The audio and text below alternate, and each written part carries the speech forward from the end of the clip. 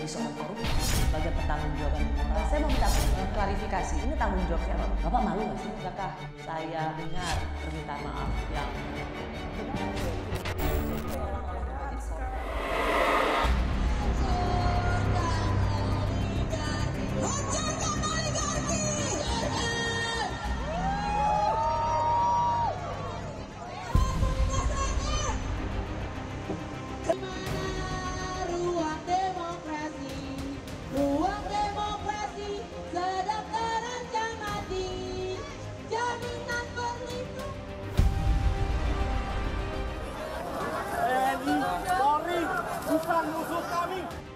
saya minta sungguh-sungguh seluruh warga negara untuk percaya kepada pemerintah, untuk tenang. Pemerintah yang saya pimpin dengan semua partai politik, termasuk partai yang di luar pemerintahan, kami bertekad untuk selalu memperjuangkan kepentingan rakyat dan bangsa. Mari kita jaga persatuan nasional. Indonesia di ambang kebangkitan. Hidup mahasiswa, hidup rakyat Indonesia. Kami di sini kaum terpelajar, mahasiswa-mahasiswi, tidak mungkin, Pak, kami menyuarakan pendapat kami, aspirasi kami, keluhan rakyat, jeritan rakyat dengan tindakan-tindakan anarkis. Saya kira bapak-bapak dan ibu-ibu semua tahu 17+8 tuntutan rakyat yang dilayangkan oleh masyarakat Indonesia. Kami menyatakan permohonan maaf atas kekeliruan serta kekurangan kami sebagai wakil rakyat dalam menjalankan tugas dan fungsi mewakili aspirasi masyarakat yang selama ini menjadi tanggung jawab kami.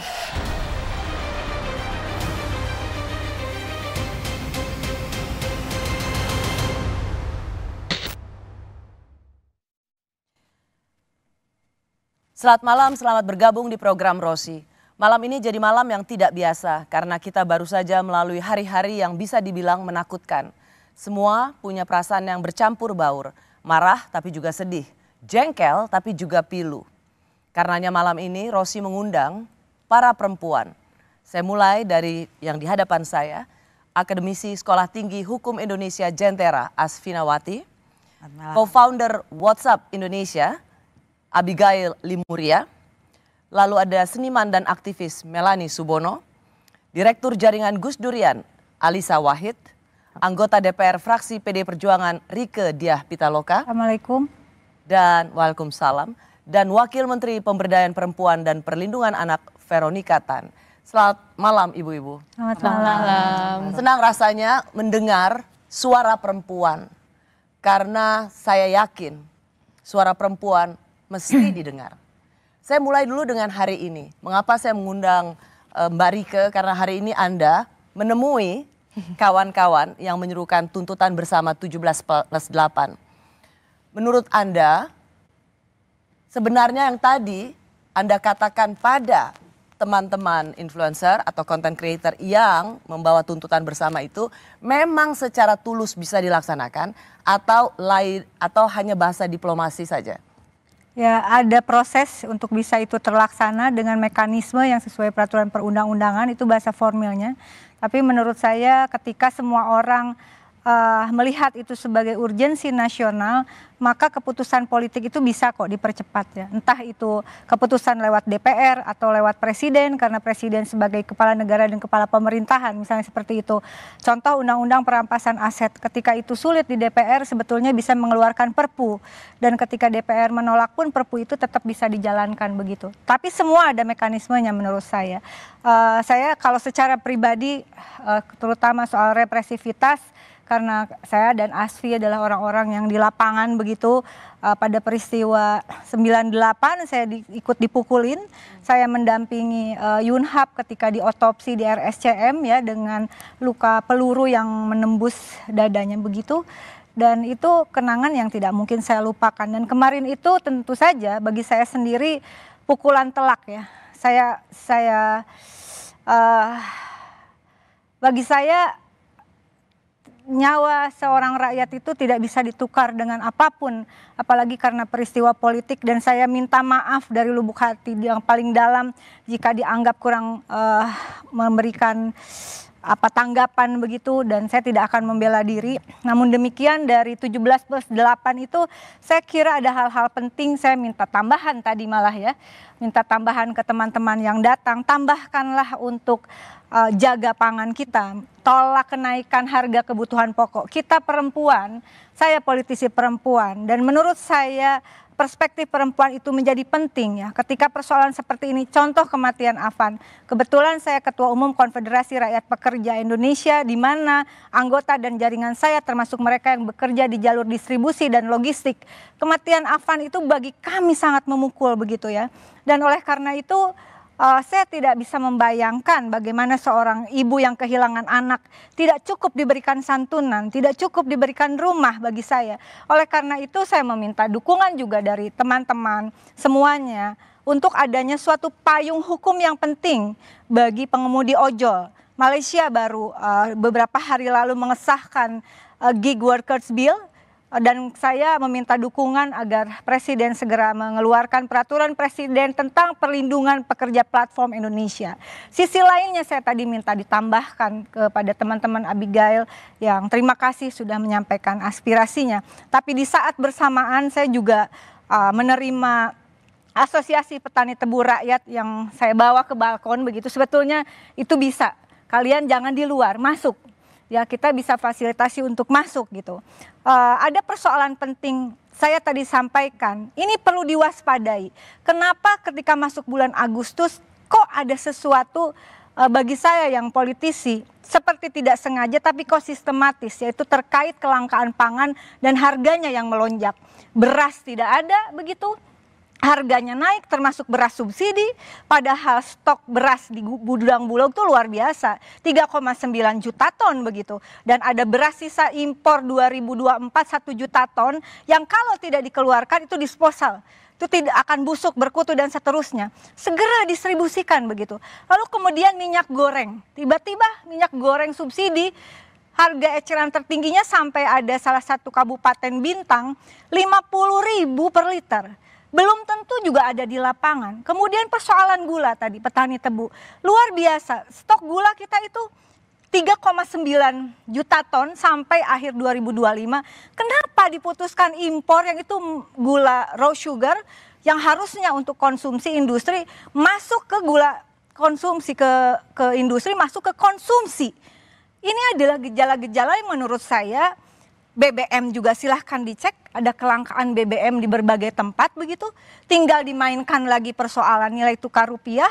Lalu kemudian nauzubillah min dalik, ini yang saya minta tolong semuanya. Bahwa keadaan seperti Mbak Rosi bilang di jalan sudah mulai tenang. Tetapi apakah ini aman? Aman tidaknya sebuah negara bukan hanya tidak ada kerusuhan bagi saya, tetapi bagaimana keamanan itu terpenuhinya hak-hak dasar rakyat, sandang, pangan, papan, perumahan, pendidikan, kesehatan, pekerjaan, kehidupan sosial, perlindungan hukum dan HAM, dan infrastruktur dan lingkungan hidup yang baik. Kalau itu aman, baru aman. Oke. Jadi tidak bisa sekali lagi dikecilkan definisi aman dengan tidak ada kerusuhan. Ya.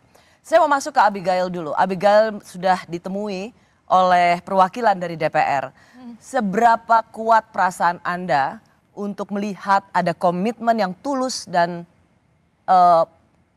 besar gitu bahwa 17+8 akan dilakukan?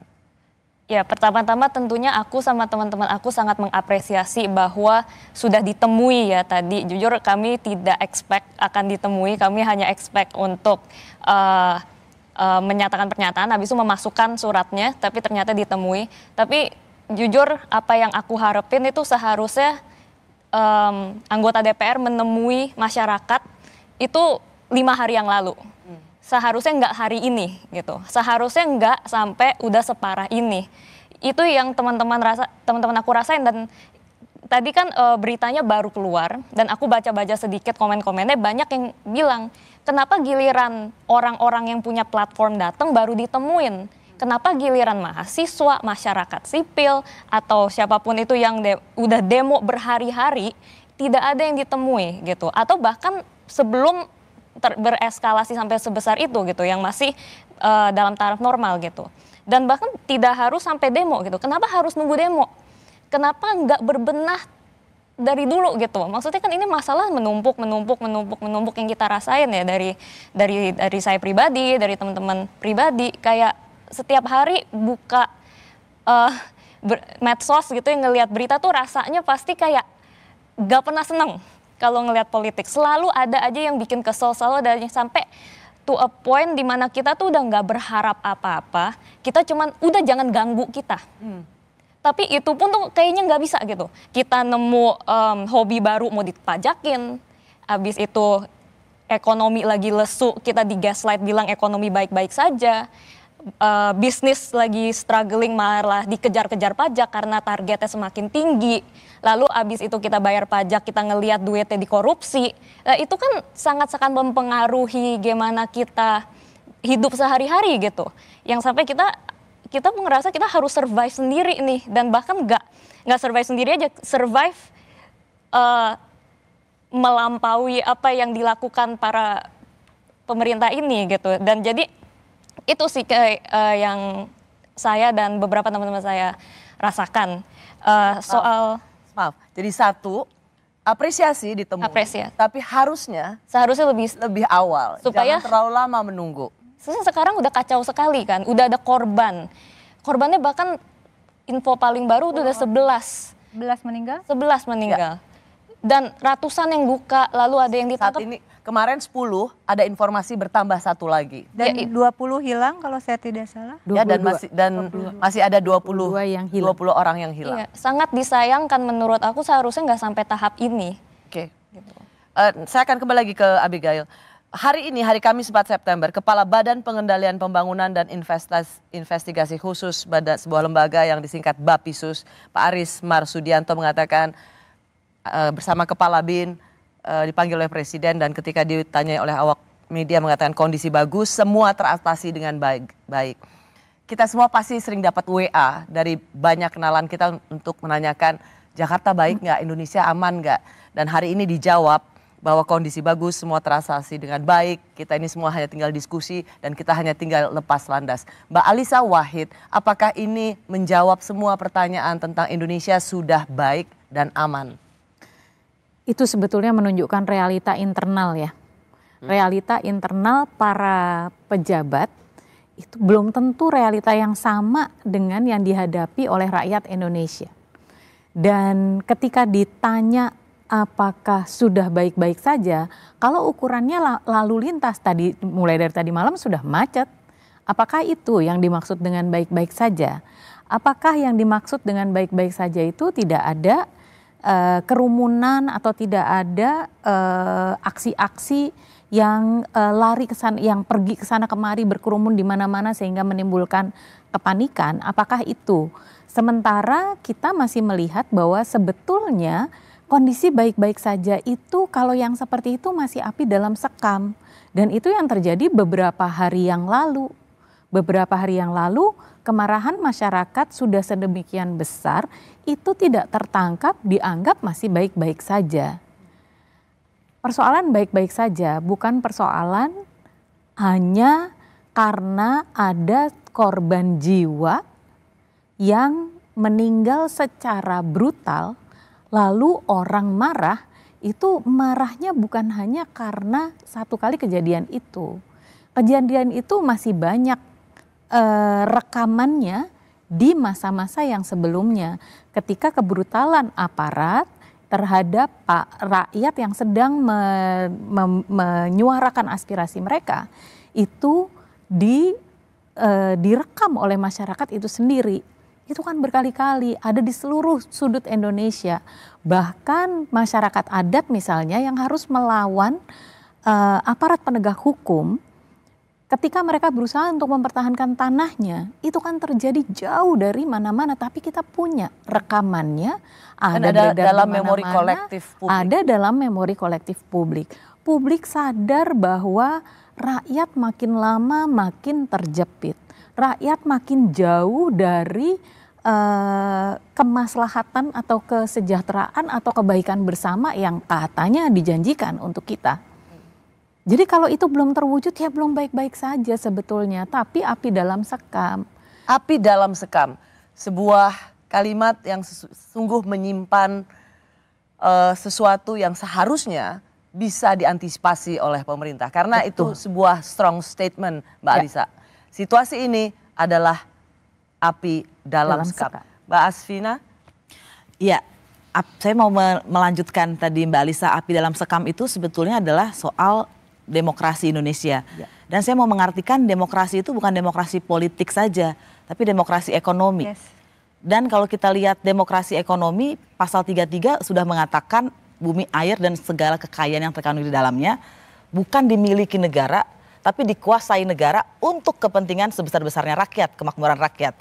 Pertanyaannya sekarang, apakah rakyat Indonesia tahu siapakah pemilik hak guna usaha, hak HGU, tanah di Indonesia? Tidak dikasih tahu, tidak boleh diakses masyarakat. Kemudian, apakah kita bisa menentukan tarif dasar listrik? Karena katanya itu adalah hajat hidup orang banyak. Tidak. Apakah PDAM, perusahaan daerah air minum, bisa diminum? Bukankah mereka bisa diganti perusahaan daerah air tidak diminum? Jadi kita nggak pernah bisa meminum air PDAM. Gitu kan? Selalu ada tuh kalau di tempat-tempat publik untuk yang banyak orang asing, air ini dalam keran, air kerannya tidak bisa diminum. Karena di negara-negara yang lebih beradab, air keran bisa diminum sehingga rakyat tidak perlu mengeluarkan air. Ada sebuah riset yang menunjukkan keluarga dan orang miskin mengeluarkan air lebih banyak daripada orang kaya. Tentu saja karena kalau mereka hidup di jalan, mereka harus, kalau kita naik bis malam saja kita akan berhenti bayar 1.000, 2.000, kalau mandi 5.000. Kalau setiap hari kita di jalan, berapa yang kita keluarkan? Sedangkan kalau perusahaan, kalau rumah besar, dia bisa menghemat air dengan segala macam sistemnya. Nah itu baru demokrasi ekonomi yang kalau saya lanjutkan nanti sampai acara ini belum selesai-selesai juga begitu kan daftarnya. Tapi juga ada demokrasi politik. Demokrasi politik ini adalah demokrasi hukum, yaitu apakah rakyat itu bisa bebas bersuara sekeras apapun. Karena sesungguhnya pemerintahan oleh rakyat bukan hanya rakyat digiring untuk memilih 2 atau 3 yang sudah ditentukan oleh partai politik atau para elit partai politik bahkan. Tapi apakah kita bisa betul-betul menentukan siapa yang mau kita pilih? Tapi lebih dari itu, kita juga bisa bebas berbicara. Apakah kita bebas mengkritik? Apakah kita bebas terlibat di dalam pengurusan negara ini? Apakah rakyat, orang tua, bisa menentukan berapa sih saya bisa membayar uang kuliah anak saya? Ada kasus ya, saya ketemu sama rekan-rekannya dan mereka masih terharu sekali cerita itu. Ada seorang mahasiswi di daerah Jawa yang bunuh diri karena tidak mampu lagi membayar UKT. Dan mahasiswi ini dia sudah bekerja mati-matian sampai dia nggak kuat lagi dan dia masih nggak bisa bayar uang kuliah, dia bunuh diri. Dan teman-temannya masih pahit sekali ketika berapa tahun lalu menceritakan kepada saya. Mereka maju ke judicial review, mengajukan ke pengadilan untuk mengajukan uang kuliah yang digratiskan. Apa yang terjadi? Kalah. Itu adalah realitas yang dihadapi oleh publik yang bisa menimbulkan kemarahan. Dan itu memotret api dalam sekam selama ini. Betul, apalagi kemudian mereka melihat orang yang sudah kaya begitu mudahnya mendapatkan subsidi. Kalau kita lihat banyak liputan media, subsidi untuk perusahaan kelapa sawit, kemudian penghilangan royalti untuk perusahaan tambang di Undang-Undang Omnibus Law Cipta Kerja yang ditolak oleh banyak sekali masyarakat, itu ada di sana. Jadi orang yang kaya akan lebih mudah, lebih kaya karena mereka bagian dari yang membuat undang-undang, sedangkan rakyat, mahasiswi, pemuda, itu ketika ngomong nggak didengar malah dipukul, mati atau luka-luka. Saya mau ke Ibu Veronika Tan. Saya tahu bahwa hari Sabtu meng-WA saya dan mengajak para perempuan untuk Zoom bersama, ikut memikirkan ini apa yang bisa kita lakukan perempuan. Tapi untuk Ibu Veronika Tan yang juga berada di pemerintahan, anyway saya mengucapkan terima kasih, sungguh mengapresiasi wakil dari pemerintahan mau ada hadir di sini. Apa concern atau yang paling Anda khawatirkan melihat beberapa hari terakhir ini? Ya tentu pertama-tama dari sisi pribadi saya juga mewakili pemerintah, kita turut menyampaikan duka cita ya. Kebetulan ada juga anak yang menjadi korban sebenarnya. Dan kalau di Kementerian Pemberdayaan Perempuan dan Perlindungan Anak, kita memastikan suara perempuan, suara anak itu didengar. Karena itu secara Undang-Undang Dasar kita tahu pasal 28 juga hak setiap orang berpendapat itu dikasih kebebasan gitu loh. Bebas itu berpendapat dan apapun itu. Tapi bagaimana membuat ruang aman, ruang berdialog yang aman tanpa kekerasan. Inilah yang harus. Makanya kemarin ketika terjadi beberapa hari yang tidak diinginkan, yang tadi seperti disebutkan, harusnya jangan sampai terjadi seperti itu. Tapi kalau sudah terjadi, apa sih solusi yang harus kita lakukan? Akhirnya kita harus membuat sebuah kelompok, ayo perempuan jaga Indonesia, bahwa kita ini bagaimanapun kita adalah satu bangsa. Kita perlu persatuan, walaupun kita tahu ada permasalahan dialog, komunikasi, bagaimana kita memberikan ruang dialog yang aman, bagaimana kita melindungi anak-anak kita. Banyak sekali anak-anak ikutan demo sebenarnya. Sampai hari ini aja udah terhitung mungkin 200-an. Kalau dari daerah-daerah yang belum terhitung dari NTT segala macam itu banyak sekali. Ada yang tahu, ada yang nggak mengerti, pokoknya ikutan aja. Jadi bagaimana pendampingan, bagaimana kita memberi edukasi, bagaimana kita memberikan ruang aman itu. Yang penting demonstrasi boleh, demokrasi itu hak semua orang.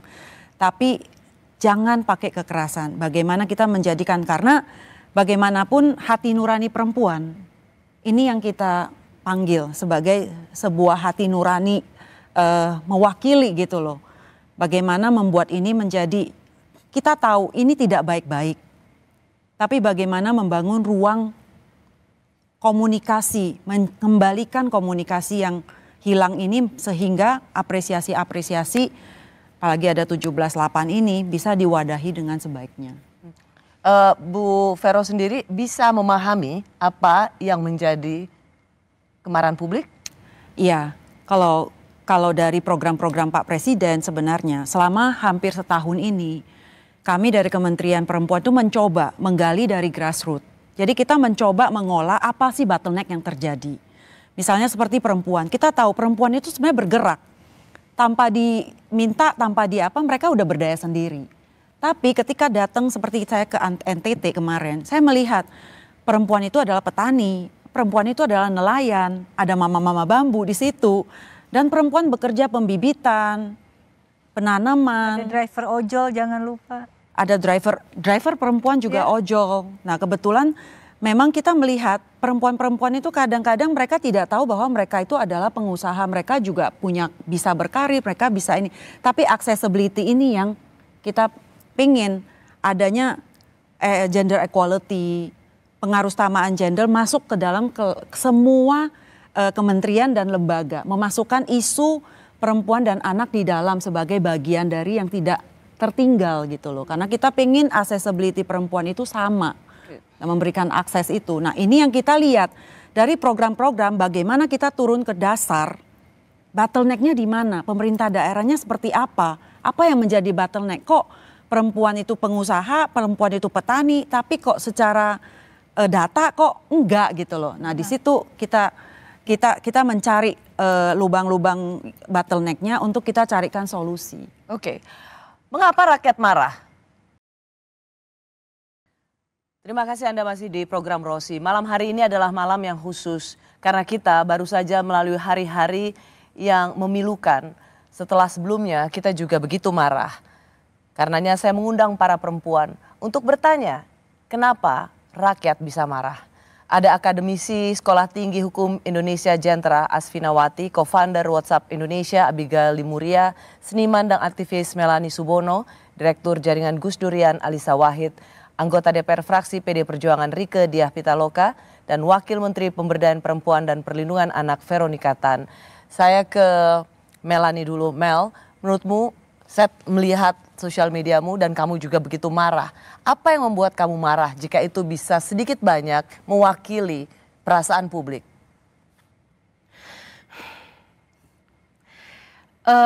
Menurut saya, I'm trying to simplify ya.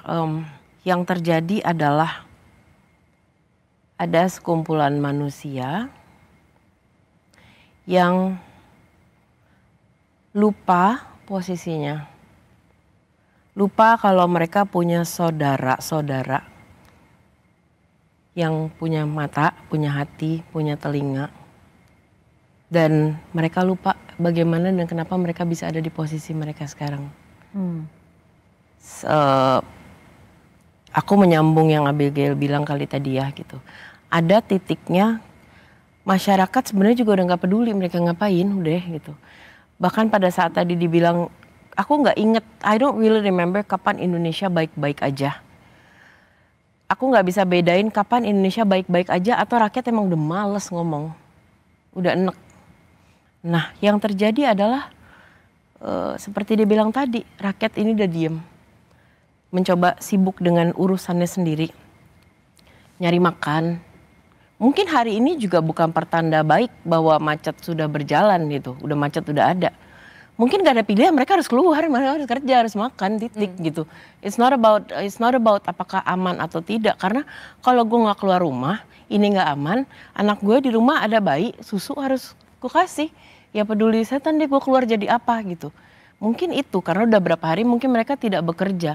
Yang terjadi adalah itu. Mereka lupa, beberapa orang ya, aku tidak memukul rata gitu. You are there karena lo suara rakyat. Tapi kok ada negara yang kayak rakyat itu ada perbedaan dua jenis rakyat gitu. Dan itu tuh menyedihkan, harusnya kita satu. Di saat yang sebelah sini lapar banget, gak apa-apa. Kita udah diem nih nyari makan kita sendiri ya kan. Tapi kan gak usah sih, terus kita lagi tahu beras gak ada, semua mahal. Lo posting nih roti lo harganya 300.000. Ya dong gitu. Oke, kita lagi setengah mati gak bisa kemana-mana, transportasi hancur, kita gak bisa beli bensin. Lo posting dengan rianya lo lagi, oh gue mau private jet liburan. That's not, bukan suara kita itu. Di saat kalian lupa, kalian digaji sama kita kasarnya.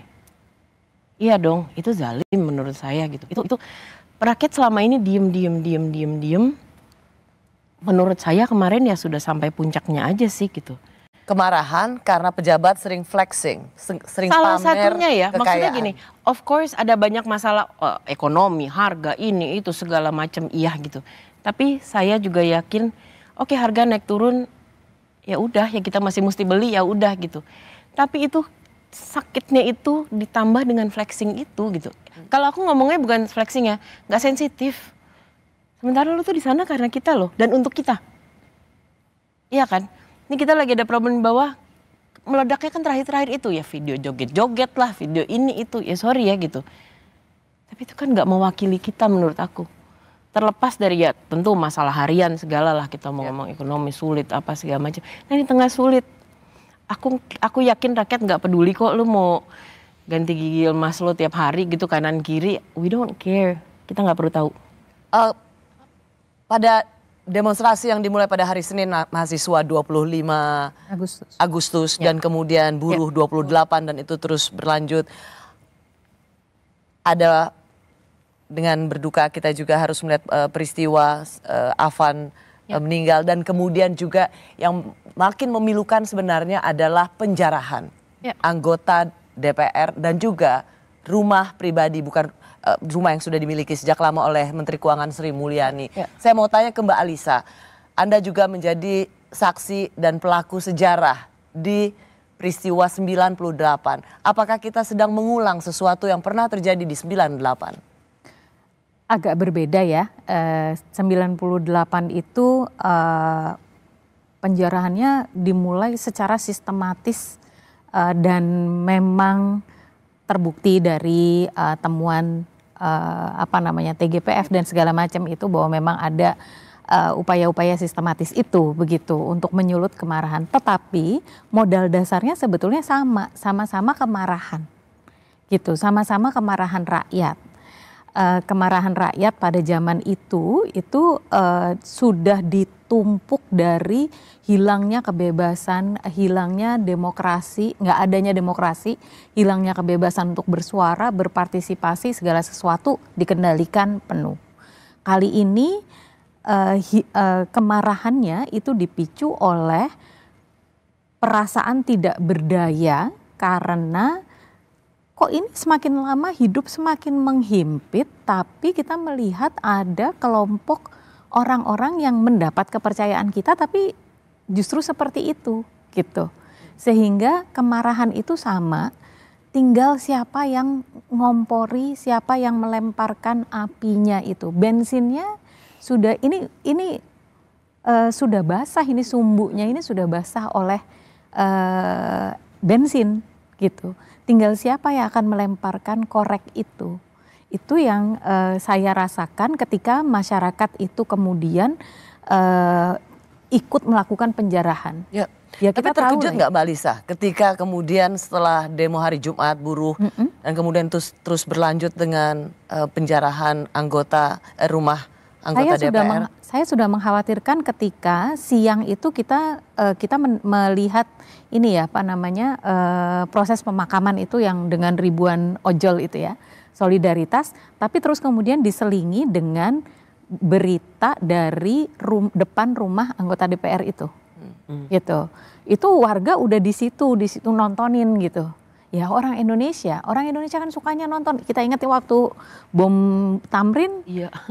sedang ada operasi Gegana, mereka selfie nih orang Indonesia. Iya lagi. Jadi orang Indonesia menonton FOMO itu iya gitu. Tapi orang Indonesia yang sedang marah sangat mudah untuk dipancing kemudian ketika semua orang menyerbu.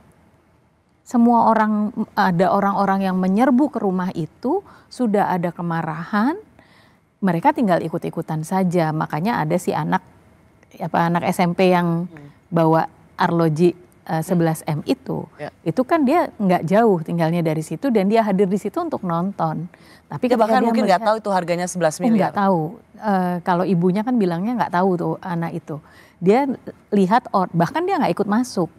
Dia lihat orang bawa barang-barang terus jatuh-jatuh terus dia ngambilin aja gitu. So, apa? Nah artinya Message-nya adalah masyarakat ini sudah kadung marah sekali tapi selama ini tersekat. Selama ini rakyat merasa nggak punya jalan. Selama ini rakyat merasa nggak ada penyaluran. Semuanya merasa mentok tembok ini. Apa sih kita mau apa lagi? Gimana lagi kita bersuara udah capek sekali. Kita sudah melakukan apapun tidak pernah didengar. Nah itu apalagi sekarang ada media sosial. Kemarahan itu kan terakumulasi. Teman marahnya banyak sekali Mbak Rosi sekarang ini. Nah itu yang kemudian meledak bersamaan. Itu yang tadi saya maksud dengan api dalam sekam. Abigail, saya mau tanya ini.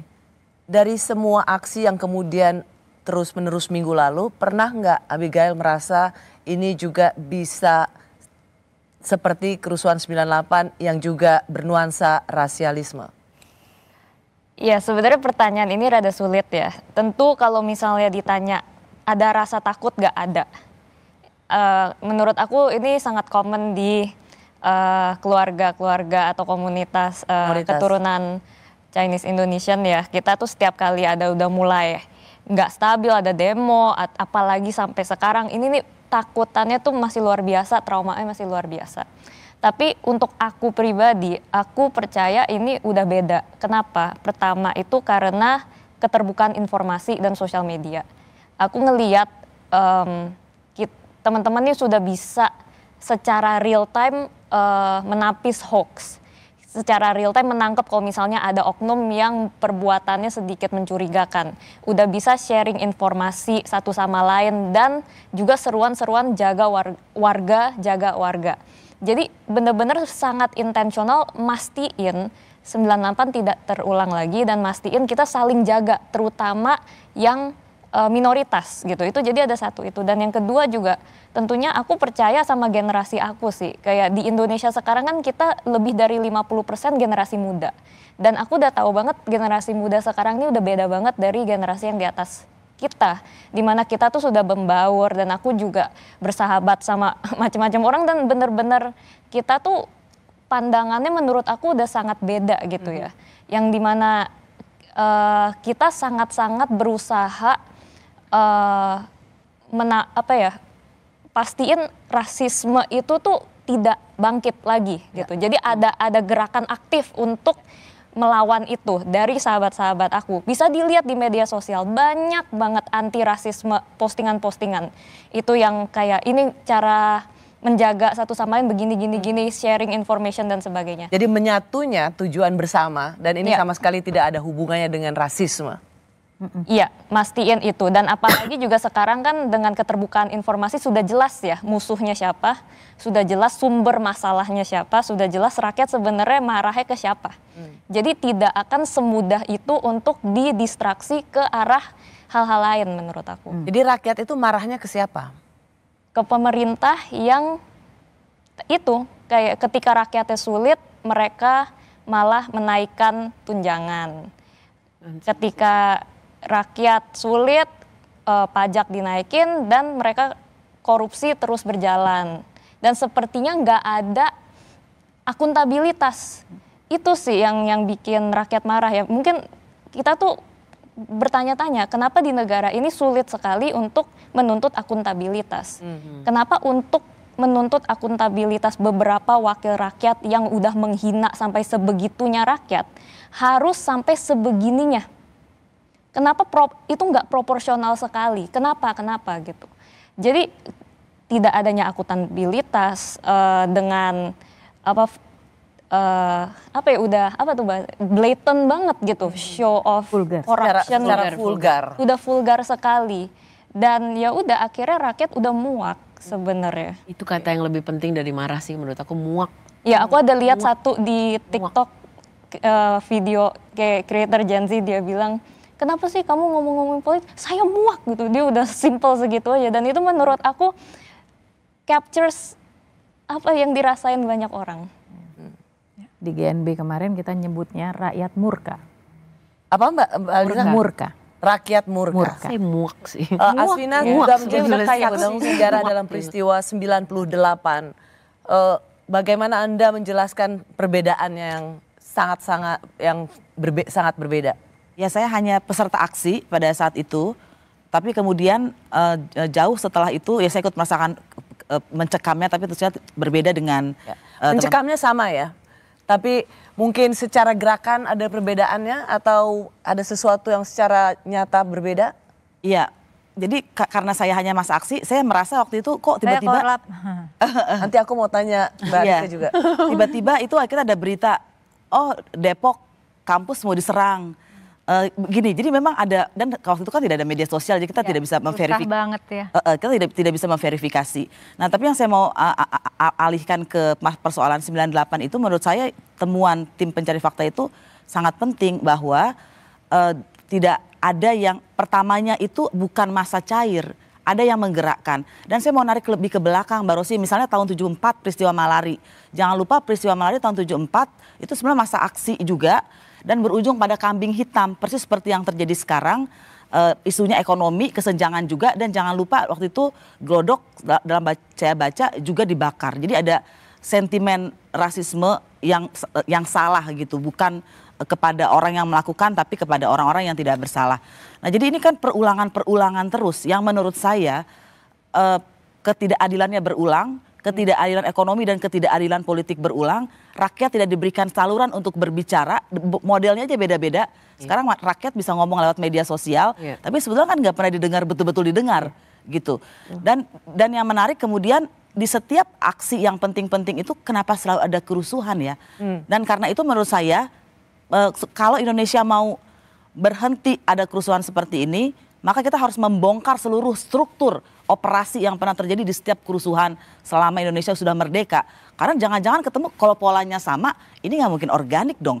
Meskipun kita tidak bisa menghilangkan juga bahwa ada agensi orang-orang miskin kota, anak muda yang kemudian merasa nggak bisa sekolah, nggak bisa dapat uang jajan yang cukup, makan atau jadi Anda ingin gantian mengatakan gitu. soal penjarahan misalnya, meskipun rakyat marah, rakyat muak, masyarakat biasa tidak akan mungkin punya keberanian. Tidak mungkin sampai menjarah. Tidak mungkin punya keahlian. Keahlian. Jadi tidak mungkin sampai punya keahlian.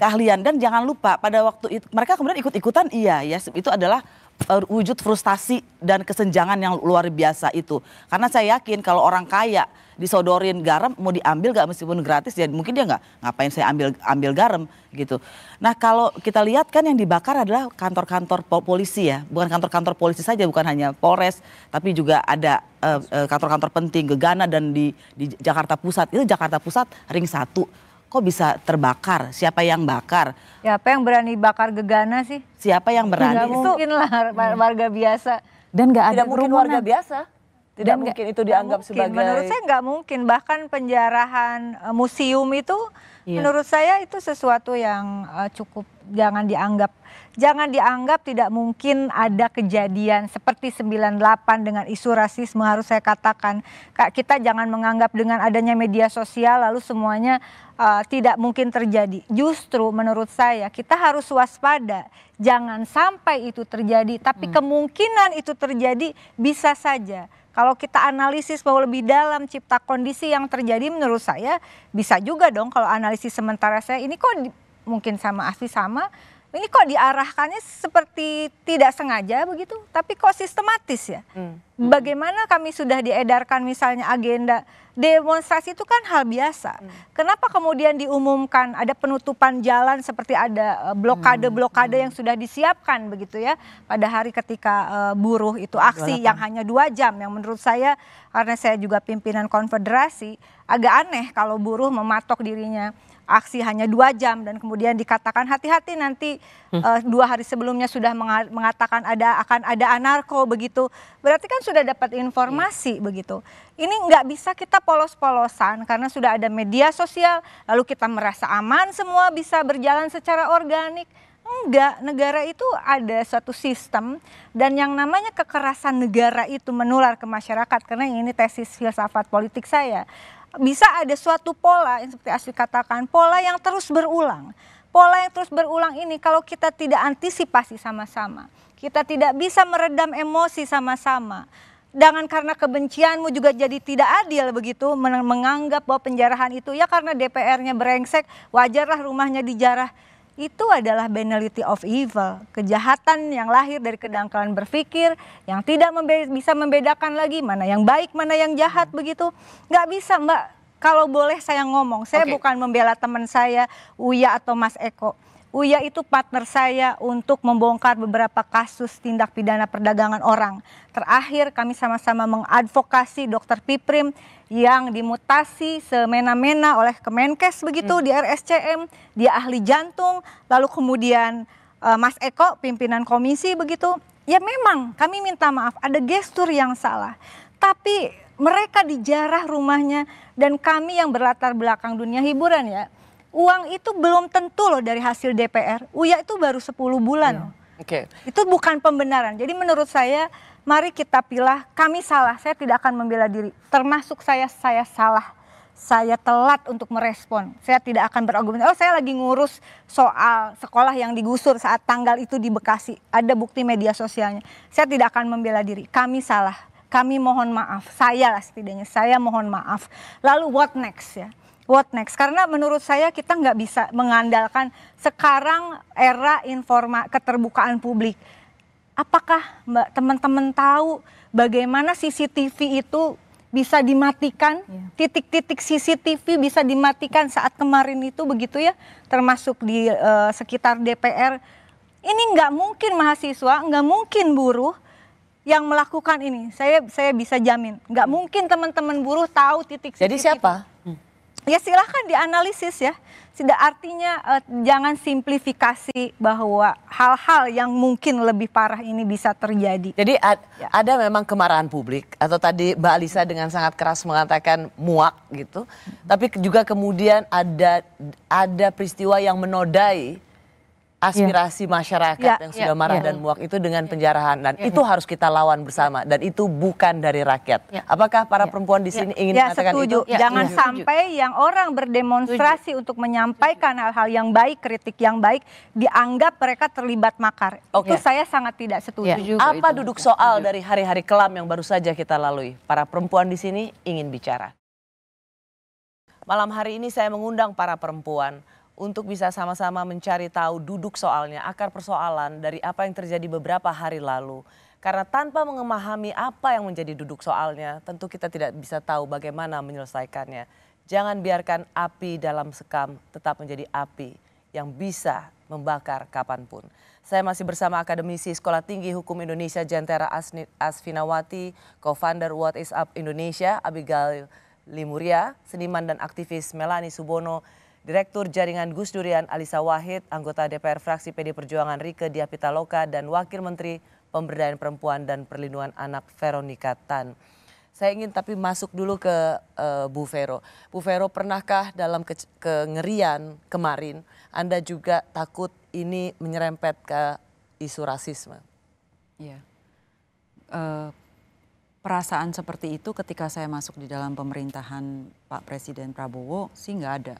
Karena buktinya saya ada di sini dan juga ada perwakilan sebenarnya. Kita melihat kalau jumlah dari wakil menteri juga ada dari berbagai agama. Ya. Jadi dalam hal itu perasaan itu nggak ada. Tapi ketika ada kejadian dan isu-isu seperti yang dibilang, demonstran yang murni sebenarnya ada. Tapi bagaimana itu dieskalasi dengan adanya kejadian-kejadian di luar, dengan adanya media, ya seperti yang Mbak Rita sebutkan, memang kita perlu was-was semua. Harus waspada.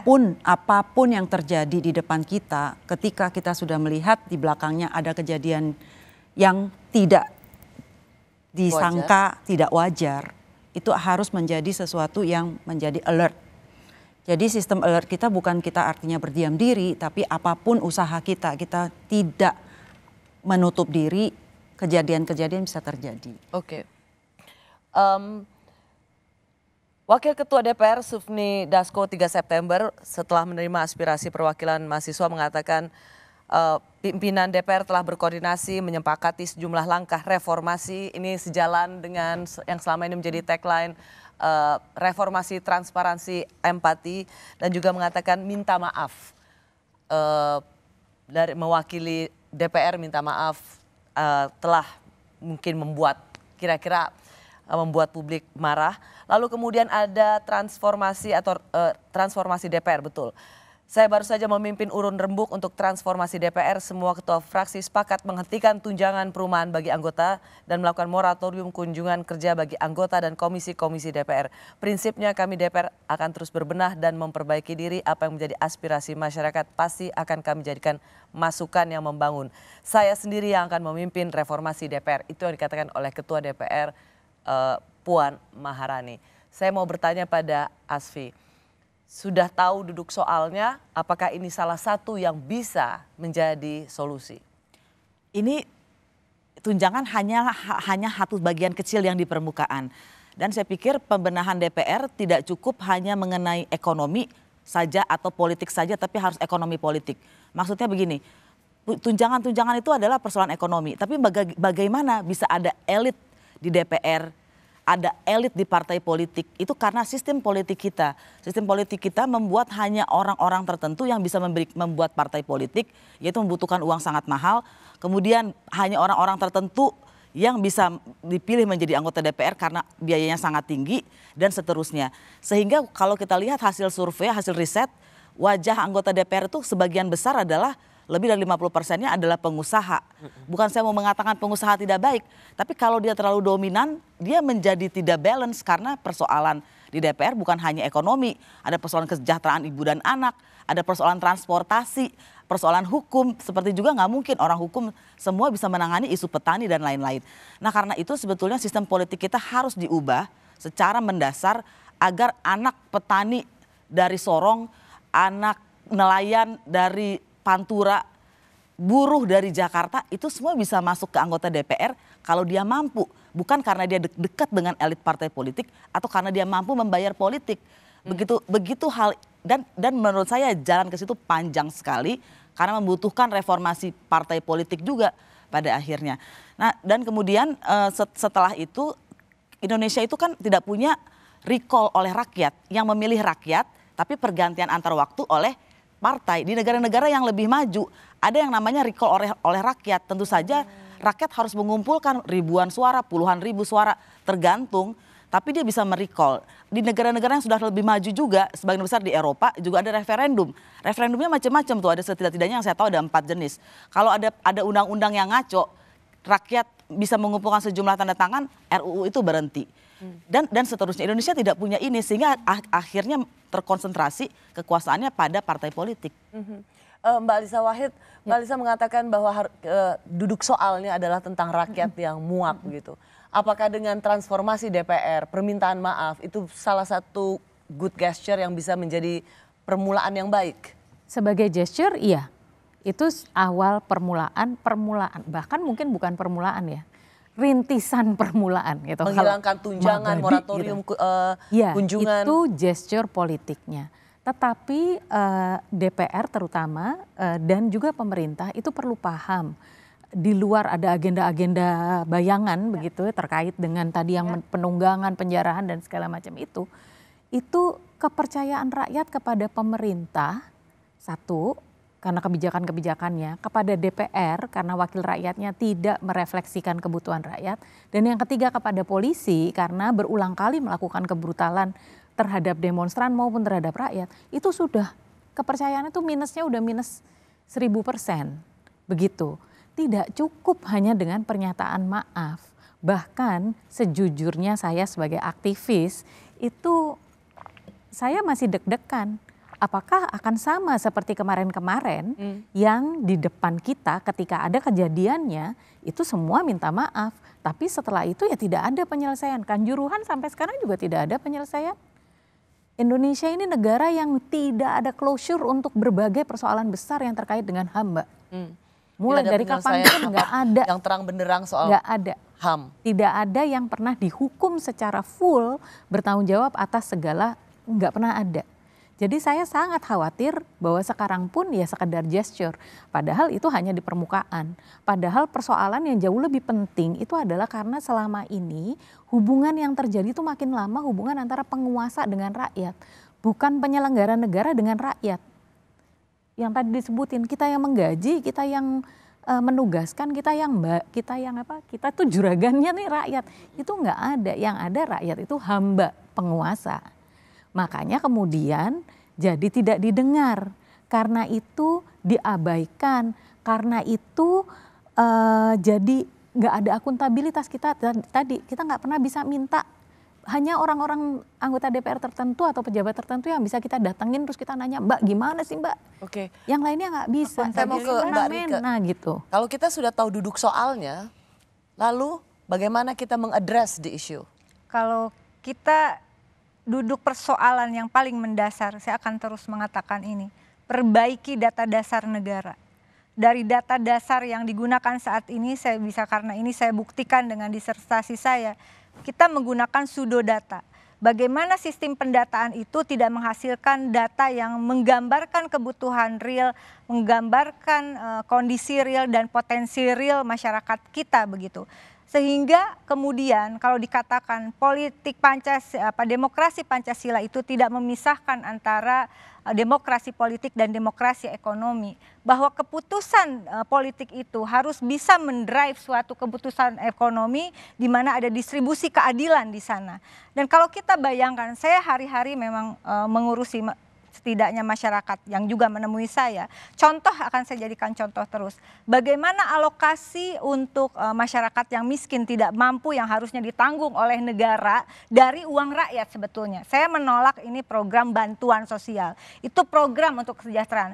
Kalau disebut bantuan berarti seolah-olah ini kekuasaan negara ngasih duit ke rakyat ngebantu. Enggak, sebenarnya itu adalah program untuk kesejahteraan sosial, bukan charity. Nah, saya ambil contoh, 2021 terungkap 52,5 juta penerima bansos, katakanlah karena namanya bansos fiktif. Dan kerugian negara 126 triliun per tahun. Apakah ini kemudian pernah terjadi perombakan data yang signifikan? Saya bisa pastikan tidak ada. Apa buktinya? Di 2025 terulang lagi 10 juta penerima bansos fiktif. Gimana rakyat nggak marah? Mereka yang miskin tidak mampu yang harusnya mendapatkan alokasi dari berbagai anggaran dan sekarang akan dibahas hari-hari ini. Mohon dukungannya. Hari-hari ini rapat yang terjadi minggu ini, kemarin tertunda dan minggu depan adalah keputusan penting politik ekonomi dalam postur APBN 3.000 triliun yang sumbernya mayoritas masih dari pajak rakyat. Silahkan ditanyakan. Di Kementerian Perlindungan Perempuan dan Anak yang kasusnya luar biasa besar. Masa alokasi hanya 200 miliar? Masa untuk perlindungan WNI di seluruh penempatan negara hanya 200 miliar begitu, dengan resiko yang kemarin terakhir di Peru sampai ditembak, ya, kemudian juga ada yang meninggal diplomat di dalam negeri dengan kasus yang masih misterius begitu, atau total Kementerian Tenaga Kerja hanya 1,3 triliun dengan proses problem ketenaga kerjaan yang multidimensi saat ini, lalu Kementerian Perdagangan yang mengurusi perdagangan dalam dan luar negeri, adanya perang dagang, geopolitik, geoekonomi hanya 1,4 triliun. Masa Kementerian Keuangan 52 triliun untuk tahun depan begitu? Dan kemudian BPS ini saya kritik keras karena institusi resmi negara yang memiliki otoritas untuk memproduksi reproduksi data yang digunakan untuk seluruh kebijakan pembangunan di segala bidang adalah BPS. Berapa anggarannya, Mbak? Minta naik dan nanti akan jadi 6 triliun. Dan 3 triliunnya adalah untuk penyediaan dan pelayanan informasi publik. Makan duit rakyat 3 triliun. Kalau saya nggak terima, saya tadi sudah mengatakan, kita tolak kenaikan anggaran BPS karena... Sorry, tapi itu Anda belum menjawab. Apakah kemudian itu mengadres persoalan yang ada? Terima kasih Anda di Rosi. Saya mengundang para perempuan untuk ikut memberikan pemikirannya. Bagaimana menyelesaikan hari-hari yang begitu penuh kemarahan tapi juga memilukan. Supaya apa yang menjadi jawaban dari pemerintah itu tidak disconnect. Atau jangan sampai nggak nyambung dengan apa yang menjadi tuntutan dan harapan masyarakat. 17+8 itu dibuat oleh teman-teman, salah satunya adalah Abigail. Saya tidak usah bacakan semuanya, 17 tuntutan jangka pendek dan 8 tuntutan jangka panjang. Kalau itu di summary, apakah menurut Abigail dan teman-teman menjadi jawaban atas akar persoalan yang selama ini diharapkan publik? Ya, jadi mungkin aku harus clarify sedikit ya. Jadi 17+8 ini bukannya kami yang buat, tapi kami hanya meringkas beberapa tuntutan-tuntutan yang sudah beredar di sosial media dan dari berbagai kalangan masyarakat. Dan itu semua kami lampirkan, kami dapatnya dari mana saja. Oleh karena itu, menurut kami dari rangkuman itu tentu nggak bisa menyelesaikan semua, karena lagi-lagi seperti tadi kita dari tadi bahas kan kayak masalahnya banyak banget gitu ya. Jadi tapi setidaknya menurut kami ini bisa menyelesaikan sebagian besar, terutama yang +8, yang jangka panjang. Jadi 17 itu yang bisa dilakukan di beberapa hari. 8 itu kami tahu justru perubahan-perubahan sistemik yang kita butuhin itu perlu waktu yang lebih lama. Nah, jadi kayak misalnya yang +8 itu bersihkan dan reformasi DPR besar-besaran, reformasi partai politik, dan itu semua hal yang tadi sudah dibicarakan gitu. Tapi harus ditekankan juga bahwa aku harap DPR kan tadi sudah menerima ya 17+8, tapi aku berharap hanya karena sudah menerima 17+8 jangan menganggap sudah kelar mendengarkan aspirasi masyarakat. Karena 17+8 ini bukan representasi aspirasi semua masyarakat. Ini adalah usaha aku dan teman-teman aku, karena kita udah kocar-kacir nih. Waktu itu kita harus kayaknya konsolidasi, ada summarize demand supaya jelas, supaya bisa dengan mudah ditanggepin gitu. Karena waktu itu belum ada yang terkonsolidasi, jadi kami berusaha. Tapi tentu setiap kelompok masyarakat punya kepentingannya masing-masing yang harus tetap didengar. Ya. Jadi itu yang aku harapin, jangan berhenti di 17+8 saja. Anda tidak ingin mendominasi harapan publik, atau teman Abigail dan teman-teman juga tidak ingin merasa bahwa hanya inilah tuntutan yang memang wajib dilaksanakan. Begitu banyak harapan publik. Untuk Melanie, 17+8 ini sudah juga menjadi jawaban yang harus dilakukan oleh pemerintah? Iya, sudah dibantu nih, udah di-compile, biar nggak usah capek-capek mereka yang compile, nih udah di-compile nih, ini udah ada listnya nih gitu kan. Supaya nggak perlu membuat rapat panjang lagi dan besar dan mahal, nih kita cari-cari listnya, ini udah dibantu sama teman-teman nih ada. Tapi aku juga mau nambahin juga sih, apakah ini a good gesture? On the way to gesture, iya gitu. Aku coba mengingat lagi sih, ini bukan pertama kali juga. Ini soal DPR ya, permintaan maaf, transformasi dan itu tadi. menghentikan bukan pertama kali juga kita mendengar mereka minta maaf. bukan pertama kali juga kita diterima, bukan pertama kali juga kita ditemui, kawan-kawan ditemui, itu kan bukan hal baru sebetulnya ya. Jadi kalau tadi menyambung pertanyaan tadi, apakah it's a good gesture? On the way to gesture, yes, pastinya gitu. Tapi ini sama sekali bukan jaminan bahwa ini apa ya, mungkin ya akhirnya udah menjadi rakyat tuh yang udah sering kayak udah the trust issue. Iya, udah ada soal trust ya. Ada jadinya udah insecure nggak sih? Kayak udah I don't trust you gitu. Ada isu kepercayaan pada DPR. Oh pasti dan pemerintah. Pasti. Dan itu karena itulah saya selalu live setiap rapat agar publik bisa pantau apa yang saya omongin dan apa yang saya perjuangkan. Saya rasa itu penting juga ya, supaya kayak akuntabilitas itu benar-benar bisa dipertanggungjawabkan, dan karena ini sebetulnya adalah ruang politik ya, apa hal-hal yang dijanjikan itu memang harus dikawal sampai diketok jadi keputusan politik. Karena trust issue-nya sebenarnya udah kemana-mana ya, bukan cuma trust issue itu aja. Jadi trust issue-nya tuh udah pertama ya nanti bisa menjadi angin yang lewat begitu aja. Atau di tengah-tengah kita tuh udah ada orang yang mikir, kita pesimis nih, jangan-jangan di tengah ini sebenarnya mereka lagi giring kita kemana sih supaya ada isu yang kita nggak denger nih misalnya. Ada nih sembunyi. Trust issue di masyarakat about a lot of things memang udah Tapi apa ya? Kita berusaha iya. Iya, ada. Dan satu lagi kalau Pitaloka mengakui bahwa ada trust issue untuk DPR dan rasanya ini bukan cerita baru ya, bagaimana DPR. Kadang-kadang kita yang di dalam juga nggak trust kok. Iya, dan kadang-kadang saya harus jujur gitu. Kalau jujur bukan berarti itu tidak akan ada. Kadang begini dulu baru didengar. Ibu-ibu mohon perhatian sebentar dulu. Ini baru ada pengakuan, ada trust issue, ada ketidakpercayaan pada DPR. Aku sering mendengar dia curhat kok, gitu. Aku sering mendengar Tapi justru dengan adanya dialog hari ini sebenarnya ini juga memberi kesempatan.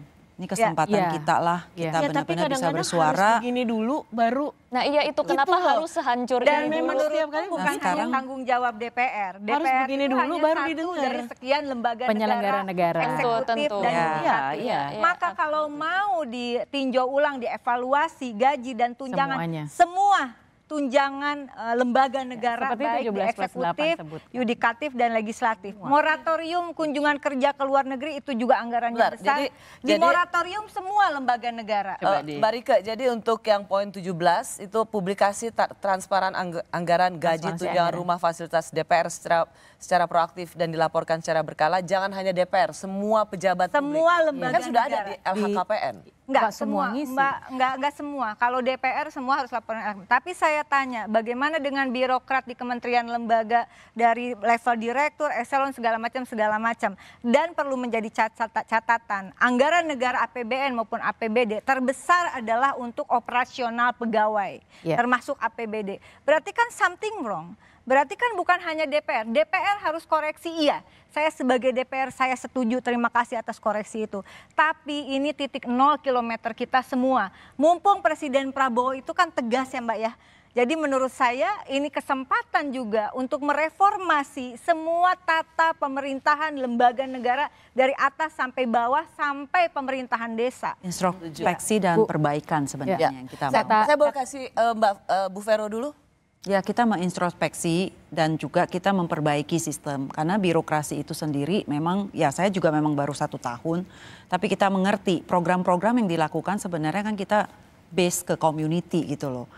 Dan tapi ketika kita lihat bottleneck yang ada, karena hubungan kita kan kebijakan terus ke pemerintah daerah, apa sih yang nggak klik di situ? Dan ini era otonomi daerah. Iya, dan masalahnya kan otonomi daerah di situ. Nah, itu yang bagaimana kita membuat itu menjadi kebijakan. Itu sebuah usaha yang tidak gampang, tapi kita yakin gitu loh. Sebenarnya kita kalau mau turun ke bawah, kita mau lihat apa yang terjadi, bottleneck di mana. Kita usahakan itu tarik ke atas sehingga kita bisa ngelihat dari pilot-pilot yang kita lakukan itu menjadikan sebuah solusi. Dan dengan adanya hari ini pun itu tidak pesimis sebenarnya. Ini ruang dialog ini bisa menjadikan sebuah perbaikan, introspeksi dari dalam lubuk hati kita. Apa sih yang harus kita lakukan dari eksekutif, dari juga DPR untuk bisa maju bersama untuk bangsa ini sebenarnya. Pejabat tuh nggak boleh lama-lama. Kalau banyak pejabat baru masih fresh, masih Asik. Dan introspeksi pejabat itu nggak cukup dengan minta maaf, Mbak. Ya, Harus action sampai plan. keputusan Betul. politik, bukan hanya action plan saja, Mbak, tapi sampai keputusan politik yang berkekuatan hukum. Ya. Itu menjadi penting. Kalau Kebijakan. belum sampai ke situ, Harus saya kebijakan dan DPR sendiri implementasi. akan mengatakan jangan percaya. Oke, perempuan berjuang bersama. Suara perempuan perlu didengar. Malam ini jadi malam yang berbeda di program Rosi karena secara khusus saya mengundang para perempuan untuk mendiskusikan ulang apa yang terjadi sejak tanggal 25 Agustus, 28 Agustus dan terus menjadi malam-malam yang bercampur aduk rasanya antara marah tapi juga memilukan. Para perempuan ini harus didengar karena mereka mencoba juga mencari akar soalnya. Tanpa tahu akar soalnya, duduk soal sebuah permasalahan, tidak mungkin kita dapat mencari solusi. Saya mau ke Mbak Alisa Wahid. Jadi kalau tadi Mbak saya cukup tertegun ketika seorang Alisa Wahid mengatakan ini masih api dalam sekam. Bagaimana supaya api ini tidak lagi bisa membakar sewaktu-waktu. Ya, akar persoalannya itu kan karena kondisi masyarakat yang sekarang ini sedang terhimpit secara ekonomi dan penghidupannya itu kemudian ketemu dengan trust issue tadi. Trust itu seperti oksigen, ketika ada kita tidak merasakannya, tapi ketika tidak ada kita tercekik, kita sesak nafas dan bisa mati. Dan kondisi sekarang kita, trust ini sudah mulai mencekik ini. Saking sudah tidak percayanya. Karena itu harus kembali ke akar persoalannya yaitu kondisi ekonomi masyarakat. Ya. Lupakanlah program-program yang gede-gede itu. Yang Reorientasi semuanya ke program-program yang bisa menghasilkan tenaga lapangan kerja yang cukup. Mendorong partisipasi ekonomi masyarakat. Yang membuka ruang-ruang kemajuan buat dunia usaha yang melibatkan masyarakat. Itu dulu untuk bisa mendapatkan trust itu kembali. Begitu banyak mereka yang terancam PHK, begitu banyak para ibu yang harus berpikir ulang tentang membeli susu anaknya, beras Jangankan untuk keluarga, sekolah. dan juga uang sekolah.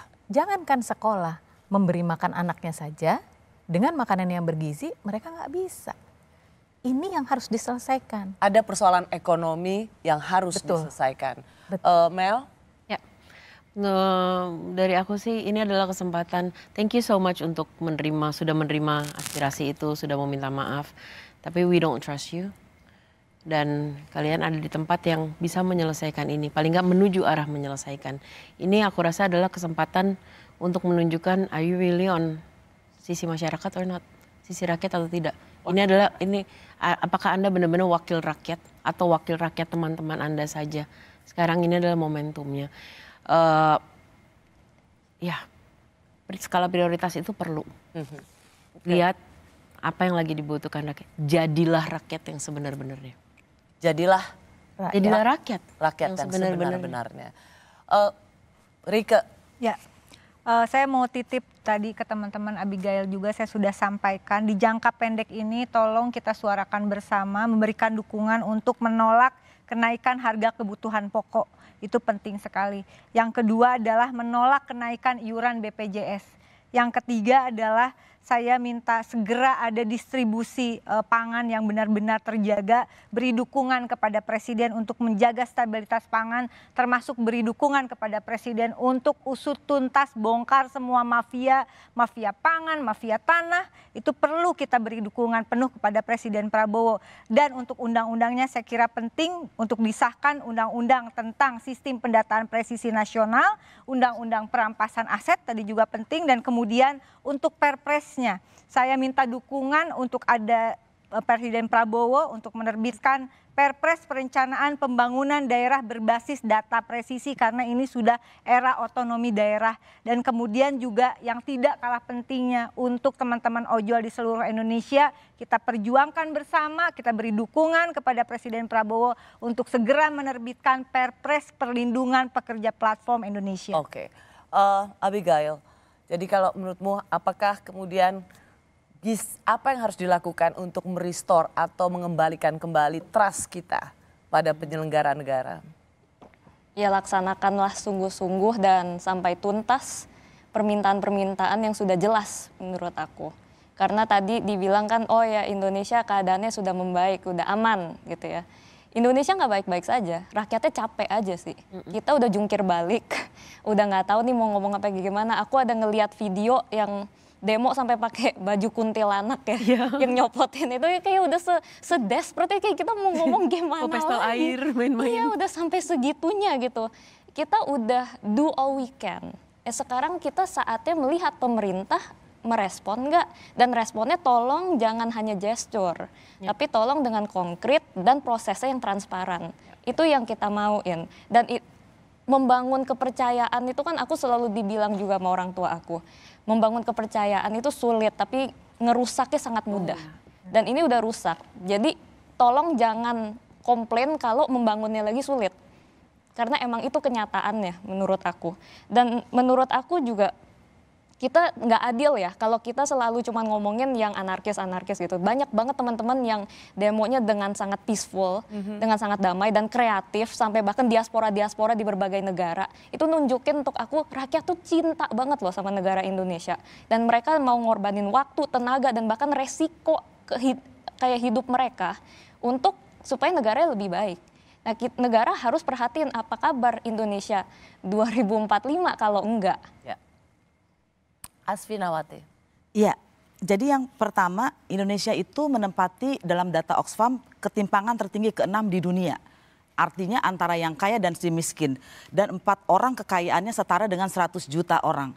Jadi sebegitu parahnya jurang kesenjangan itu. Siapa tuh 4 orang? Iya, dan menurut saya karena itu orang-orang yang berdemonstrasi kemarin sebetulnya harus dilihat dalam kacamata membenarkan negara, dia mau ngebenerin negara. Ini bela negara dengan bahasa teman saya yang lain. Karena itu orang-orang yang ditangkap itu harus dibebaskan tanpa syarat. Dan kemudian orang-orang yang luka harus diurus oleh negara. Harus ada reform. Penting lebih mencari akar soalnya daripada sibuk mencurigai siapa dalangnya. Betul sekali, kita harus masalah pahit kemarin harus kita anggap sebagai peluang untuk membuat perubahan mendasar untuk Indonesia yang lebih maju. Dan karena itu saya mau kembali yang terakhir, demokrasi ekonomi dan demokrasi politik. Tidak hanya akses kepada politik, tapi juga akses distribusi sumber daya alam. Harus ada perbandingan gaji tertinggi, gaji terendah di dunia. Di Indonesia ini harus semakin pendek seperti negara-negara yang sudah maju. Oke. Disparitas upah 1-12, jangan sampai tunjangan 300%. Terakhir Bu Wamen. Ya, buat saya kembali lagi sincerely dari hati saya ketika saya diminta oleh Pak Presiden Prabowo, Ibu mau bantu di ibu dan anak gak? Nah waktu itu karena saya tahu saya kapasitasnya di situ juga, saya juga 20 tahun melayani di dalam sosial juga. Nah inilah panggilan, bukan karena hari ini saya mewakili perempuan dan saya juga mewakili pemerintah. Tapi panggilan saya adalah ketika balik lagi akar permasalahan, saya melihat memang akar permasalahan itu ekonomi. Jadi saya pernah membuat satu grup tuh tulisnya begini, bagaimana membuat perempuan beruang. Bukan beruang, tapi beruang. Artinya karena saya tahu ketika perempuan punya accessibility, mereka mampu tapi tinggal bagaimana dikasih wadah, dikasih kesempatan, dikasih kesetaraan. Istilahnya kalau kita ngomong dari kita kan misalnya kayak ekonomi, perempuan yang mempunyai beban ganda, bagaimana accessibility supaya ketika dia bekerja ada caretaker yang ada istilahnya care center yang bisa memberikan fasilitas sehingga perempuan juga bisa punya akses bekerja. Politik anggaran. Betul. Nah, dalam hal itu makanya saya lihat bagaimana membuat itu supaya dari bottleneck-nya itu kita bisa membuat accessibility kepada perempuan supaya mereka bisa berpartisipasi. Tapi balik lagi, sebagai perempuan saya juga mengundang kepada semua, ayo tetap sampaikan aspirasi kalian dengan penuh keberanian. Tapi balik lagi, perempuan jaga Indonesia, mari kita bersama-sama jaga tanpa kekerasan, jagalah Indonesia. Dan kita warga sama-sama jaga warga untuk kita bersama. Ya, kita semua pasti punya kesadaran dan cinta yang sama untuk jaga Indonesia. Jaga Indonesia. Terima kasih Bu Wamen, Bu Veronika Tan, Mbak Rike. Jangan sampai menjadi Iron Man yang tercabik-cabik. Terima balik kasih Iron Man, Mbak Alisa Wahid. Disebut. Terima kasih Abigail, terima kasih Asfinawati, terima kasih. lagi. Oh ya, Saya mau cerita dulu sedikit aja, semoga saya masih punya waktu. Tadi sore saya jam business hour yang biasanya macet dari Menteng mau ke kantor melewati Sudirman itu macet banget. Tetapi saya sungguh bersyukur saya menikmati kemacetan itu karena macet dalam damai. Oke. Semua orang mengantri menikmati kemacetan dalam damai karena tidak ada toet. Terima kasih untuk para pejabat negara yang hari ini atau kemarin benar-benar paling tidak sama-sama menikmati kemacetan tanpa harus menyerobot hanya karena Anda punya fasilitas patwal. At least ini bisa konsisten. Terima kasih para pejabat negara untuk hal yang kecil sekali ini. Terima kasih, tetaplah di Kompas TV Independen Terpercaya.